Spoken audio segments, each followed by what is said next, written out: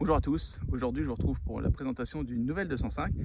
Donc vous l'avez remarqué, ça sera la 205 XS, donc une 205 XS de 86. Allez, c'est parti.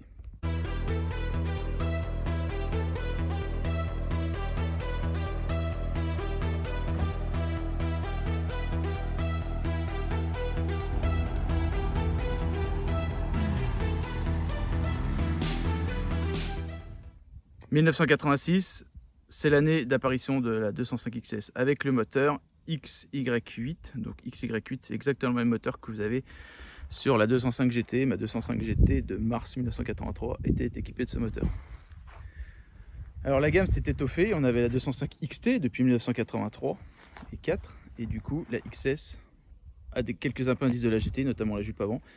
Et sur ce modèle de 86, vous retrouvez la casquette. La casquette est identique à la 205 GTI des premières générations des phases 1. Le volant ressemble, il n'est pas gainé de cuir. À partir de 86, les GTI sont gainés de cuir. Le centre de volant n'a pas d'indication XS, alors que les GT l'avaient. Bon, les GT n'ont pas ce modèle-là. Hein. Voilà. Et du coup, on a l'apparition des sièges comme la GTI, mais avec le tissu qui correspond à la XS. Donc 86, apparition des sièges de la XS, qui dureront jusqu'en 1993. Alors qu'est-ce qu'elle a de spécial cette 205 par rapport à une GT? Donc c'est une 3 portes. La GT n'a existé qu'en 5 portes. Donc on retrouve bien le coffre phase 1 lisse. Donc c'est vraiment une des toutes premières, mais en même temps une des toutes dernières 205 phase 1. Voilà. Ce qu'il faut dire, c'est que sur le Limésime 87, nouvelle planche de bord, nouveau béquet, nouveau coffre surtout, et du coup le moteur devient le TU3S. Donc dans l'ensemble, vous remarquerez que cette voiture qui est blanc miège est en parfait état. Donc comme je vous ai montré tout à l'heure, c'est une 205 qui aujourd'hui a 108 000 km. 108, c'est ça. Je les ai passés aujourd'hui après une bonne balade. Donc quand on ouvre une 205 XS, ce qui la différencie des autres 205, c'est clairement la sellerie et le tableau de bord. Le reste, ça reste une 205 basique. On a la séparation entre le passager et le conducteur. Ça, c'est vraiment sur les 205 SR qu'on l'avait. Hein. Du coup, la GT et la SR l'ont. Et elle reprend les jantes de la 205 SR, de la 205 SRD et de la 205 GT. En option, on pouvait avoir un petit béquet comme sur la 205 GT, donc celle-là, pas l'option. Voilà. Elle a les vitres qui s'ouvrent à l'arrière, enfin qui s'ouvrent en élytre. Voilà. Donc vu que c'est une phase 1, elle a bien les clignotants blancs. Elle a les SIEM comme la 205 GTI. Hein. On va dire que la jupe avant, c'est la même jupe que la 205 GTI. Les phares, tout ça, c'est tout d'origine. Cette voiture est vraiment un exemplaire en parfait état. Et je suis assez fier de l'avoir parce que je pense que dans son état et dans son année de fabrication, c'est une 205 qui, je pense, est plus rare qu'une 205 GTI phase 1. Donc on retrouve bien les rétroviseurs phase 1 hein, qui ont équipé les 205 jusqu'en 87. Voilà, 87. Et puis la jupe arrière, comme beaucoup de 205 XS en sont dépourvues, elles sont souvent avec des jupes arrière de 205 GTI. Une 205 XS, c'est bien une jupe arrière classique peinte de la couleur caisse. Exemplaire que j'ai acheté sur Chambéry. C'était une première main et il y a encore le fournisseur officiel Chambéry qui a sévi. Voilà. Donc cette voiture, comme je vous ai dit tout à l'heure, elle est en parfait état d'origine. Elle a quelques bosses parce qu'elle est dans son jus, hein, elle a 36 ans, mais jamais je m'occuperai de la restaurer. Elle est bien dans son jus. J'aime les voitures dans son jus comme ça, dans leur jus, et je ferai rien pour la modifier. Voilà. On peut voir qu'elle a une petite bosse ici, c'est la seule bosse qu'elle ait sur ce panneau là. C'est clair que quand on regarde, les conducteurs de 205 GT me comprendront, quand on regarde une 205 dans le rétro, souvent là vous avez la ligne qui est toute cabossée, on le voit, elle est toute ondulée. Celle-là elle est parfaite.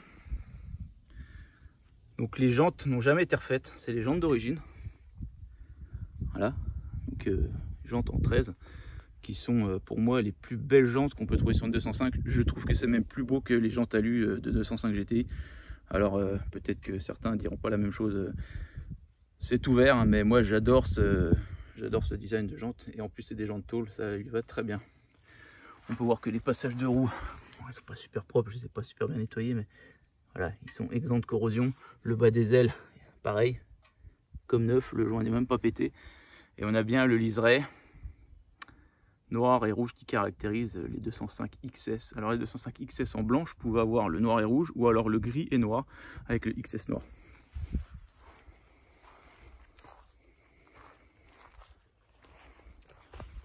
Moi, dans l'ensemble, cette voiture, je roule très peu avec parce que j'ai envie de la conserver un maximum dans son état d'origine et surtout pas avoir les problématiques qu'on a souvent quand on range une voiture sur un parking, c'est-à-dire des coups de portière. Ça, c'est vraiment le truc qui me hante, hein, voilà.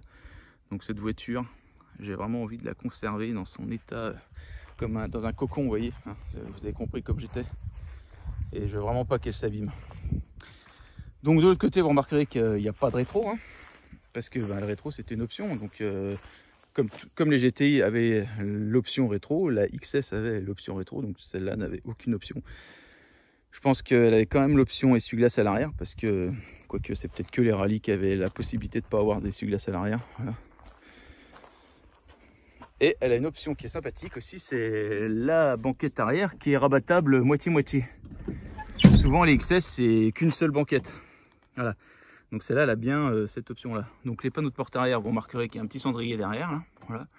Et les panneaux de porte, alors là, j'entends les spécialistes qui vont me dire non, c'est pas ceux d'origine, ils ont la moquette rouge et GTI. Ouais, je suis désolé. Les anciens propriétaires avaient fait mettre des haut-parleurs horribles. En fait, il n'y avait pas de haut-parleur dans la cache du haut-parleur d'origine, et en fait, il y avait des trous dans les panneaux de porte. Donc, les panneaux de porte d'XS sont assez compliqués à trouver.